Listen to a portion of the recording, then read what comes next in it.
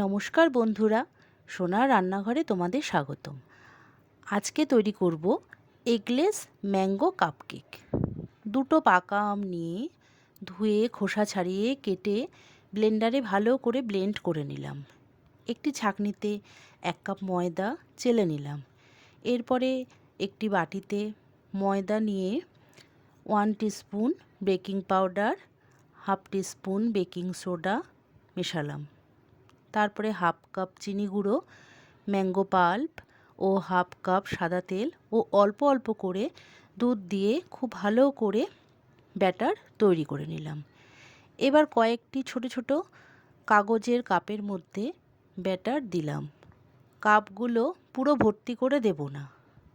সব কাপে ব্যাটার দেওয়া হয়ে গেলে কাপগুলোকে ট্যাপ করে নিলাম যাতে হাওয়া না থাকে।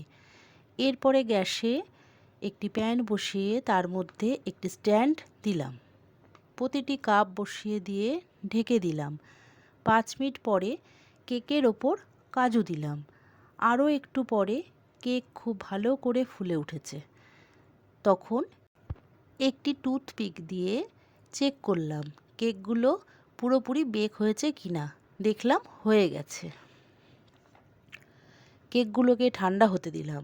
কেক ঠান্ডা হয়ে গেলে কাপ উল্টো করে ট্যাপ করলে কেক খুব সুন্দরভাবে বেরিয়ে এলো। কেক খুব ভালো ফুলেছে ও নরম হয়েছে।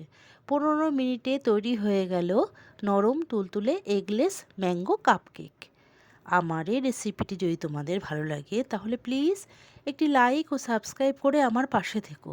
তোমাদের একটি লাইক ও সাবস্ক্রাইব আমাকে এগিয়ে যেতে অনেক সাহায্য করবে। ধন্যবাদ বন্ধুরা।